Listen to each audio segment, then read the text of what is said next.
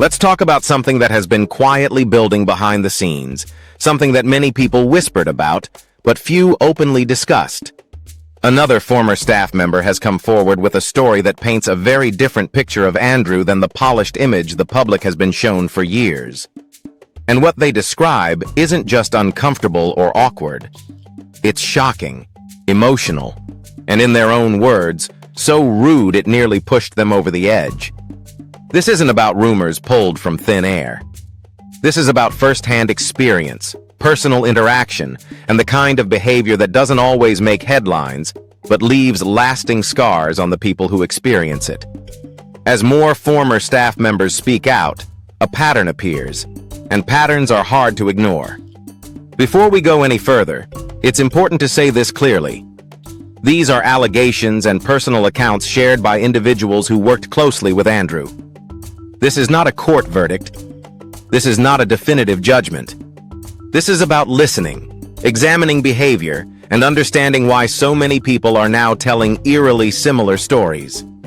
For a long time, Andrew has been seen as powerful, influential, and untouchable. Someone whose status alone commanded respect. But behind closed doors, away from cameras and curated appearances, some former staff say the experience was nothing like what the public sees. According to one former staffer, their excitement on the first day quickly faded. They described walking into the role hopeful, proud, and ready to give their best. Working with someone of Andrew's stature felt like a career-defining moment. At first, everything seemed fine, professional, normal. Then came the comments. Not outright insults at first, but sharp remarks. Dismissive tones. A way of speaking that made it clear who had power in the room and who didn't. The staffer recalls moments where simple questions were met with eye rolls, sarcastic responses, and an energy that made everyone feel small. They say it wasn't just one bad day. It was consistent. Over time, the environment became tense. Staff members would exchange looks after interactions, silently acknowledging what they had just witnessed. The former staffer claims Andrew had a habit of talking down to people, especially when he was frustrated, even if the issue wasn't their fault. One moment stood out more than anything else. During a routine task, something minor went wrong. Not a crisis, not a disaster, just a small logistical issue that could have been easily fixed. Instead of addressing the problem calmly, Andrew allegedly erupted. His tone became cutting. His words, humiliating. The staffer says they were stunned, not just by the anger, but by how personal it felt. In that moment, they said, something snapped inside them. He was so rude, I wanted to deck him. Those words weren't said lightly. They weren't meant to be funny or exaggerated. They were the emotional reaction of someone who felt disrespected, cornered, and powerless. And that's where the story becomes bigger than just one interaction. Because this isn't the only account. Other former staff members, speaking anonymously or on record in different forums, have echoed similar experiences.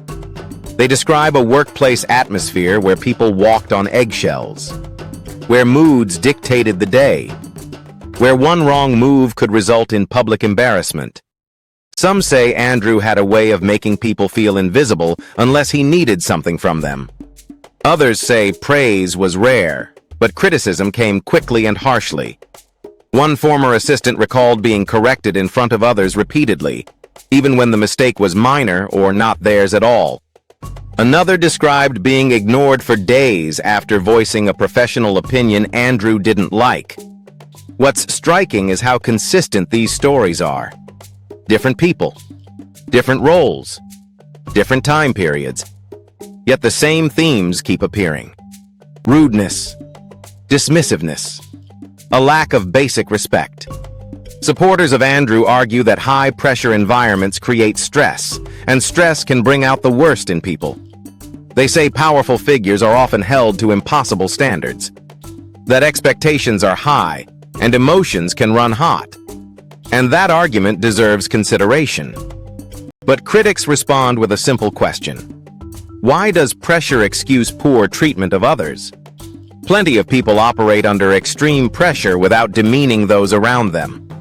Leadership, they argue, isn't just about authority. It's about how you treat people when things go wrong. The former staffer who spoke out says they didn't expect perfection. They expected decency. They stayed longer than they wanted to, hoping things would improve.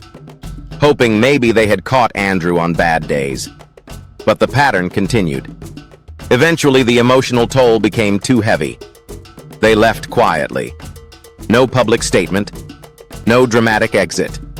Until now. What changed? According to them, seeing others speak out gave them courage. Hearing similar stories made them realize they weren't alone. That what they experienced wasn't imagined or exaggerated. They say speaking out isn't about revenge. It's about honesty. It's about reminding people that power doesn't erase accountability. That influence doesn't justify mistreatment. And it raises a bigger conversation that goes far beyond Andrew. How many people stay silent because speaking up feels risky? How many careers are shaped by toxic environments that never see daylight? How many powerful figures rely on silence to protect their image? When stories like this surface, reactions are always divided. Some immediately dismiss them as bitterness. Others listen carefully, recognizing familiar experiences from their own lives. Social media reactions have been intense. Some users say they're not surprised at all. Others insist this doesn't match the Andrew they admire publicly. A few urge caution, reminding everyone that allegations are not proof. That tension is important. Believing everything blindly is dangerous. Ignoring patterns is just as dangerous. The truth often lives in the uncomfortable middle where we acknowledge complexity without excusing harm. The former staffer says they don't hate Andrew. They don't wish harm on him. They simply want accountability and awareness. They want people to understand that charisma on camera doesn't always reflect character behind closed doors. They also hope future staff members won't feel the same isolation they did. As more voices emerge, one thing becomes clear. This conversation isn't going away. Whether Andrew responds directly or chooses silence, the stories now exist. They're being discussed, analyzed, remembered. And for many viewers, the biggest takeaway isn't about one man's behavior. It's about workplace culture, power dynamics, and the importance of respect. Because at the end of the day, no title, no status, no level of fame gives anyone the right to make others feel small. If these accounts are true, they matter. If they're exaggerated, they still reveal how easily authority can be perceived as intimidation. And if nothing else, they remind us to look beyond the surface.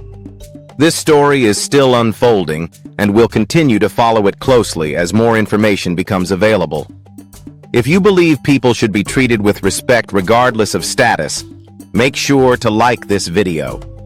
If you want to stay informed as more former staff members speak out and new details emerge, subscribe to the channel and turn on notifications. Share your thoughts in the comments. Do you think power changes people, or does it simply reveal who they really are? Thanks for watching.